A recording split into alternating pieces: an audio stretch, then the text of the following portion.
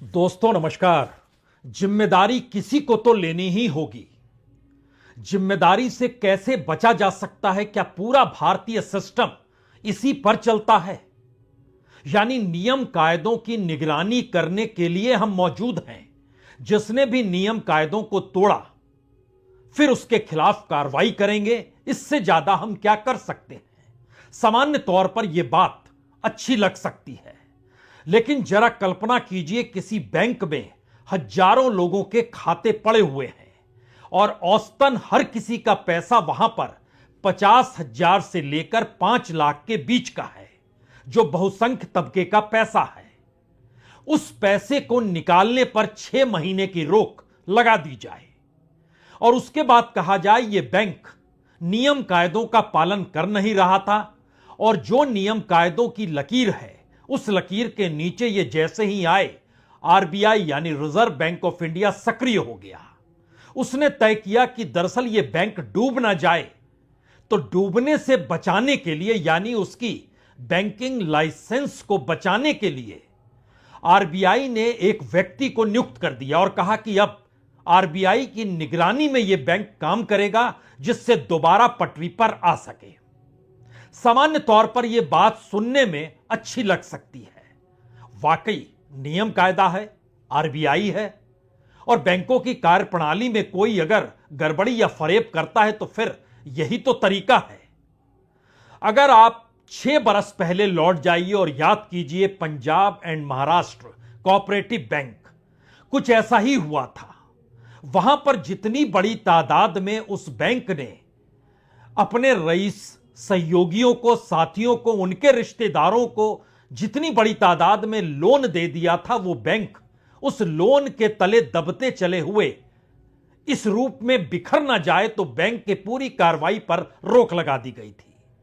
बाद में उस बैंक को मर्ज भी किया गया, लेकिन उस पूरी प्रक्रिया के भीतर अगर आज की तारीख में आप पीएमसी से जुड़े हुए यानी पंजाब एंड महाराष्ट्र बैंक से जुड़े हुए लोगों से बात कीजिएगा तो उनकी सांसें आज भी फूलने लगती है। उसके बाद से उन्होंने वहां से पैसा निकाल लिया, जो पैसा निकल पाया उसको निकाल लिया।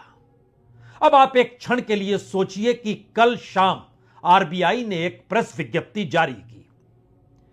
कल शाम तक बैंक की कार्रवाई चल रही थी। यह न्यू इंडिया कोऑपरेटिव बैंक है, जिसकी शाखाएं मुंबई के भीतर है, जिसकी शाखा ठाणे और पुणे में भी है, जिसकी शाखा गुजरात के सूरत में भी है। हजारों खाताधारक एक झटके में आज सुबह जब उठे तो परेशान हो गए, क्योंकि वह प्रेस विज्ञप्ति आरबीआई ने पब्लिकली सामने लेकर नहीं आई थी। उन्होंने बैंकों को थमा दिया था और बैंक के डायरेक्टर्स को कहा था अब आप काम नहीं करेंगे, आपके ऊपर निगरानी के लिए हम एक व्यक्ति को रख रहे हैं क्योंकि बैंक संकट में है। कल शाम में भी कुछ लोग पैसा डाल रहे थे। अब जरा सोचिए उनकी क्या हालत हुई होगी कल शाम से पहले। इससे पहले बैंक नियम कायदों से खिलवाड़ कर रहा था। तो क्या वाकई आरबीआई की इतनी ही भर जिम्मेदारी है? ठीक उसी तरीके से जैसे सेबी की इतनी ही जिम्मेदारी थी जब शेयर बाजार में बड़े बड़े कॉरपोरेट के मैनिपुलेशंस के आरोप लग रहे थे और एक नियामक संस्था के तौर पर सेबी ने सुप्रीम कोर्ट में कहा हम तो कार्रवाई कर रहे हैं, और सुप्रीम कोर्ट ने कहा ठीक कहते हैं, हम बाहर से कोई जांच नहीं कराएंगे, आप जब कर ही रहे तो सब कुछ ठीक ही है। इसी प्रक्रिया के भीतर में आप कह सकते हैं भारत विकसित हो चला है। विकसित होने की राह में कुछ अड़चनें तो आएंगी, और अड़चन अगर अमेरिका पैदा करेगा तो यहां शेयर बाजार डूब जाएगा, जो आज भी नीचे चला गया। छोटे निवेशकों के पैसे आज भी डूब गए। आप यह भी कह सकते हैं कि भारत का वो कॉरपोरेट देखिए दुनिया में कैसे उड़ान भर रहा है। अडानी को ही देख लीजिए, बांग्लादेश को पावर सप्लाई करता है, श्रीलंका के साथ समझौता कर चुका है जहां पे विंड पावर वह ₹7.60 में 1 मेगावाट वहां पर बेचेगा। बिजली की दर तय हुई। दोनों जगहों पर अडानी इस ग्रुप को मुश्किल हो गई, श्रीलंका में भी और बांग्लादेश में भी। यानी जो सिस्टम चल रहा है उस सिस्टम के भीतर की परिस्थितियों को क्या कोई समझने को तैयार है कि इस देश के भीतर अगर आम लोगों के साथ उनकी जमा पूंजी को लेकर खिलवाड़ होता है, या फिर जिस सिस्टम को आप चला रहे हैं वो सिस्टम भी दोबारा से उस गलती को ना होने देने की गारंटी नहीं दे रहा है। यानी भरोसा और विश्वास इस पूरे गवर्नेंस से अगर लोगों का उठ जाएगा तो क्या होगा। इस सिलसिले को समझने से पहले हमें लगता है आज जिस बैंक का जिक्र हम न्यू इंडिया कोऑपरेटिव बैंक का जिक्र कर रहे हैं उसके बारे में पहले समझ लीजिए, और उसको समझने से पहले इस प्रेस रिलीज को देख लीजिए। यह आरबीआई ने कल जारी की इस प्रेस रिलीज को, जिसके जरिए बताया गया कि अब बैंक ना तो डिपॉजिट कर सकता है ना विड्रॉल हो सकता है, वहां से नया लोन वो जारी करेगा नहीं, और ये बैंक नियमों का पालन कर नहीं रहा था, इसीलिए 6 महीने तक सब कुछ बंद। और उसके बाद जो हड़कंप मचा वो तस्वीर और आरबीआई की प्रेस रिलीज की तस्वीर, दोनों को देख डालिए, तब उस दरवाजे को खोला जाएगा।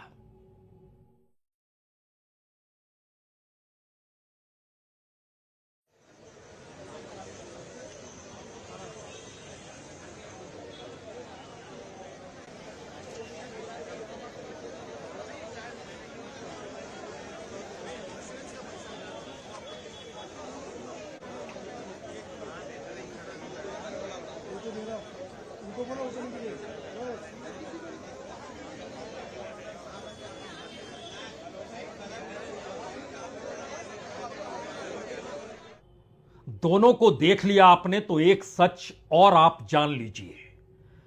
ऐसे बैंकों में जिनका पैसा लाखों रुपए में जमा होता है, सरकार उनको एलिजिबल डिपॉजिटर्स कहती है, जो डिपॉजिट करने वाले हैं, और deposit insurance and credit guarantee 5 lakh रुपए तक आप निकाल सकते हैं। लेकिन हम आपको 6 बरस पहले पीएमसी की घटना और उस दौर में आरबीआई के तमाम नियमों की धज्जियां ग्राहकों के लिए कैसे धराशायी हुई थी उसे बताएं। इससे पहले कम से कम आज की परिस्थिति को समझिए। इस न्यू इंडिया कोऑपरेटिव बैंक की नींव 1977 में पड़ी थी। इसके 30 ब्रांच हैं, मुंबई में, ठाणे में, सूरत में और पुणे में। इसको शेड्यूल बैंक में 35 साल पहले यानी 1990 1 नवंबर को मान्यता मिल गई। दूसरे राज्य में यह बैंक खुल सकता है, इसकी मान्यता इनको 2 अक्टूबर 1999 को मिल गई। उसके बाद बैंकिंग के सभी कामों की यह शुरुआत कर सकता है। 2004 में यह शुरू हो गया। वीजा डेबिट कार्ड इसने लॉन्च किया 2009 में। बैंक ऑफिस खोलना शुरू किया 2009 में। कस्टमर केयर यूनिट की भी स्थापना की 2010 में। और मार्च 2024 यानी बीते फाइनेंशियल ईयर के अंत तक या इस फाइनेंशियल ईयर के शुरू तक जो पैसा बैंकों को दिखाया गया, इसके जरिए जो आरबीआई को बताया गया, वह 2436 करोड़ का है। 2036 करोड़ अगर अभी है तो इससे पहले जो बैंक में पैसा जमा था वो पैसा तकरीबन 2403 करोड़ का पिछले साल का था, यानी 2023 के फाइनेंशियल ईयर में। उससे पहले 2435 करोड़ का था। यानी ध्यान दीजिए, बीते 3 बरस में डिपॉजिट की रकम उतनी ही रेंग रही है।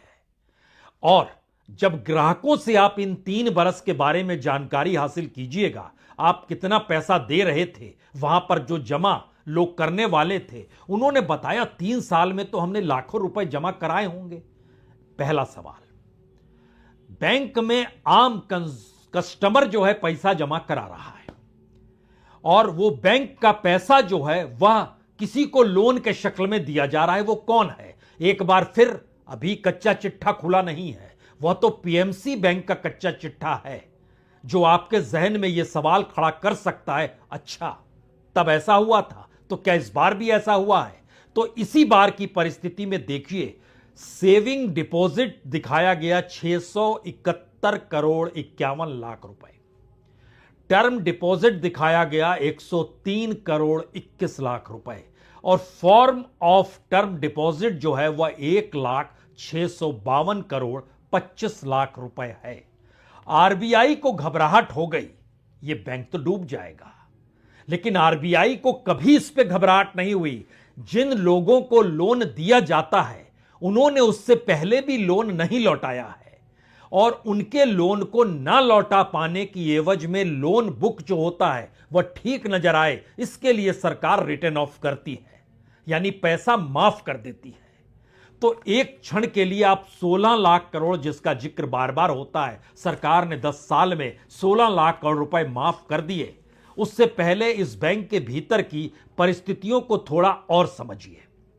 यह इसलिए भी समझने की जरूरत है क्योंकि जो बैंक से लोन जिसने भी उठाया होगा और जितना एनपीए होगा, अगर उस एनपीए की परिस्थिति को भी परखें तो मार्च में एनपीए 5.43% था, ग्रॉस एनपीए 7.96% था। आरबीआई के जरिए जो जानकारी निकल कर आती है, उस जानकारी के मुताबिक एनपीए इनका बढ़ गया था। ये एनपीए 10% के पार चला गया था। मुश्किल हो रही थी तो एक क्षण के लिए यहां पीएमसी बैंक 2019 में जो उसके साथ हुआ था उसको याद कर लीजिए। उस समय एनपीए उसने 1% बताया था, लेकिन एनपीए 9% हो गया था। और उसी में घबराहट में आरबीआई ने तुरंत निर्णय लिया और पीएमसी के बोर्ड ऑफ डायरेक्टर्स को खत्म किया। बैंक पर कई तरीके के प्रतिबंध लगाए। आरबीआई ने उसे फिर बाद में स्मॉल फाइनेंस बैंक के रूप में चलाने का फैसला किया और जो एनपीए नजर आ रहा था वो बड़ी कंपनी थी, डीएचएफएल, एचडीआईएल, ये सारे रईस लोगों के पास लोन बैंकों के जरिए गया। और ना सिर्फ उनके पास गया बल्कि ये लोन कंपनी के डायरेक्टर्स के रिश्तेदार, उनके पहचान वाले या पार्टनर, उनके नाम पर यह लोन दिया गया। और बैंक के लोन बुक को बढ़ाने के लिए नकली डिपॉजिट पीएमसी बैंक ने दिखाई थी। अब यहां पर दोबारा लौटिए इस न्यू इंडिया बैंक को लेकर, और यह सवाल करना होगा, पूछना होगा। जो एक आम कस्टमर है वो कल शाम तक पैसा जमा करा रहा था, जो आप लोन दे रहे थे उस लोन को लोन बुक में जो दिखाना था और जो एनपीए को दिखाना था, दोनों में क्या गड़बड़ी हो गई। और इस लोन को देने और दिखाने की परिस्थिति पर 6 बरस पहले जब आरबीआई हरकत करना चाहती थी तो अभी भी ये न्यू इंडिया कोऑपरेटिव बैंक के साथ ऐसा क्यों नजर आ रहा है, जहां पर बहुत साफ तौर पर यह लगने लगे कि आरबीआई का काम सिर्फ नोटिस जारी करना है। आरबीआई कहती है हम बैंकिंग लाइसेंस रद्द नहीं कर सकते, हम तो वित्तीय स्थिति सुधर जाए, तो इसीलिए आरबीआई निगरानी करती है। अब आरबीआई जब इन बातों को कह रही है तो एक क्षण के लिए इस महिला की बात सुनिए जिसने कल शाम 10,000 रुपए बैंक में डाले थे। बोला नहीं, कल पैसा डाला तो कोई कुछ बोला नहीं। कल डाल के गए पैसा, ये 60,000 डाल के गए, मैं 10,000 डाल, कुछ बोला नहीं। तो बोलना चाहिए ना कि बाबा इसी आगे वाली बात है, कुछ नहीं बोला। तो हम अभी क्या कर सकते हैं इनको? पैसा नहीं, अभी लॉकर खाली लॉकर के लिए दे रहे, पैसे का नहीं। पैसे का ऐसा बोल रहे कि 6 महीने तक आपका मिल जाएगा, बोले अभी मिलना चाहिए, नहीं तो क्या है? अभी इधर डालो, निकाल के खाओ, खर्चा करो, ये है हमारा हाल घर में। घर का कोई ईएमआई चल रहा है आपका? ईएमआई है ना अभी।